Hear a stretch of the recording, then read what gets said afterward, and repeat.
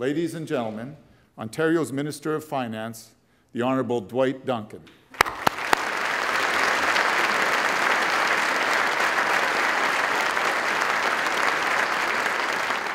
Thank you, Tom, for that very kind introduction, and thanks to all of you for joining us here today.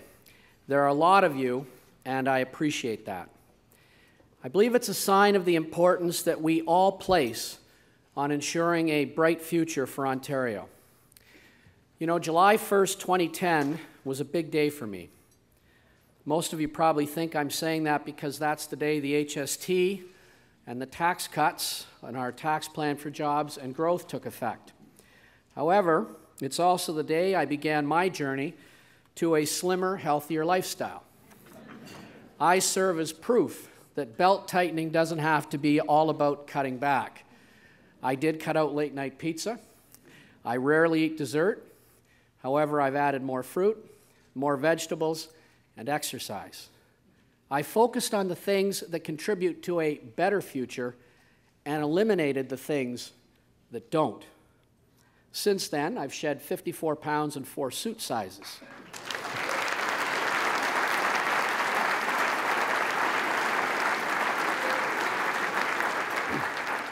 Despite this, I still have more to do. I have to lose another 30 pounds to get to the upper end of my normal weight range for my height. That's my goal, that's my personal challenge, and I've achieved those results through hard work, determination, and smart choices. And what applies to fitness applies to finance too. A balanced approach. No gimmicks, no shortcuts, no fad diet. Smart choices and hard work. That's why, as Ontario confronts the challenges brought about by the current economic environment, we have to work together and apply the same kind of determination to the choices that we make. Over the last generation, and then some, the fundamentals that have shaped Ontario's economy since Confederation have changed dramatically. Protected domestic markets have been replaced by open markets and global competition. Ontario families and communities that have relied on manufacturing and forestry can no longer count on guaranteed growth in those sectors to create jobs. Economies that are driven by abundant natural resources are taking on roles of much greater importance around the world and right here in Canada. When you look at the entire global economy right now, what you see is uncertainty. Christine Lagarde, the managing director of the International Monetary Fund, said recently, "The global economy has entered a dangerous new phase.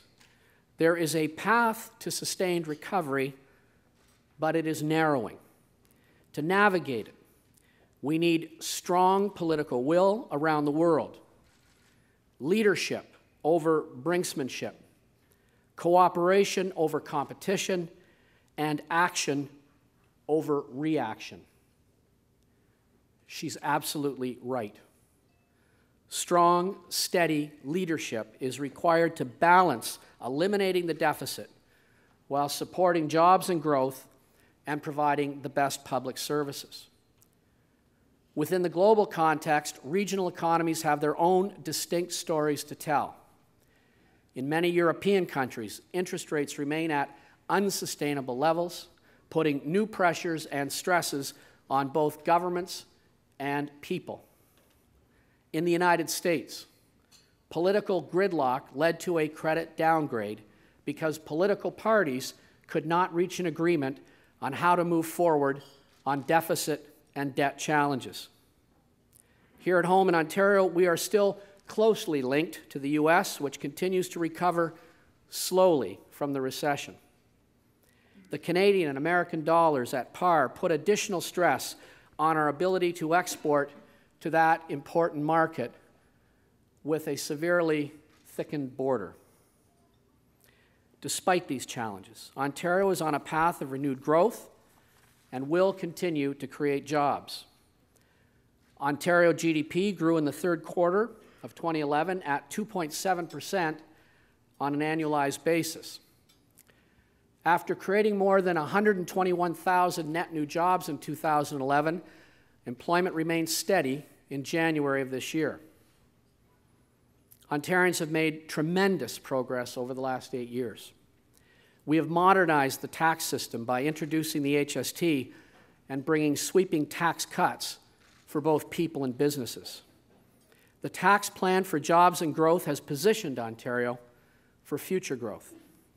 Our province, our home, is recognized as a good place to invest.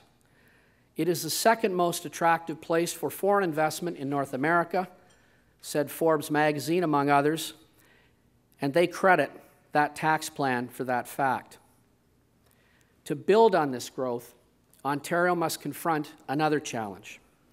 In 2009, the budget took the bold step of transforming our tax system into one of the most competitive in the world.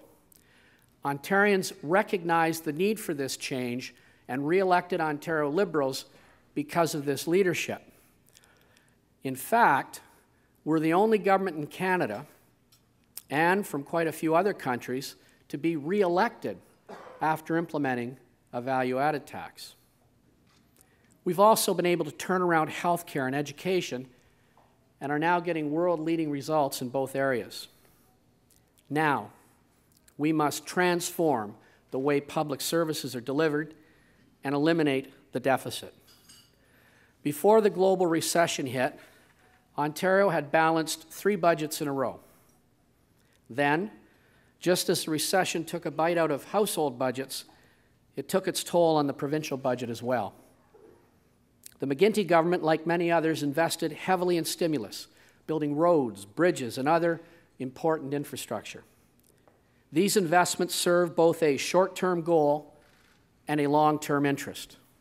First, they reduce the impact of the recession on our families by protecting and creating jobs.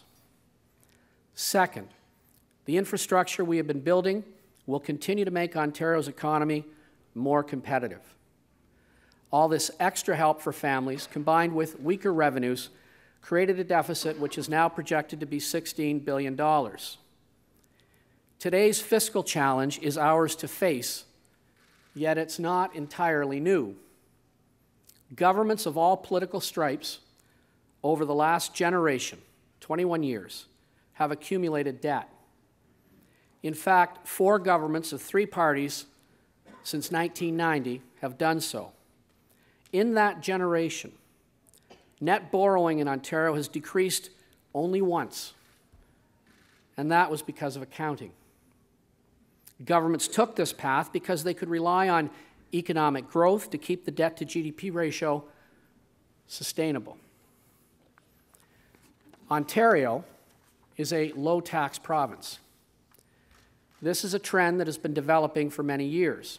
In fact, tax revenues are 13.6% of gross domestic product, almost 15% lower today than they were in 1994. Still, we've been hitting our expense targets. Over many years, Ontario has built expertise at delivering quality public services with low administrative costs. Ontario spends the least per capita among Canada's 10 provinces on program services. Last year, we reported spending growth had been cut to about 4%. So far this year, we are tracking to keep growth in spending to about 2.5%. The challenges are, in this environment, to eliminate the deficit and deliver the quality services that families need. We will meet these challenges.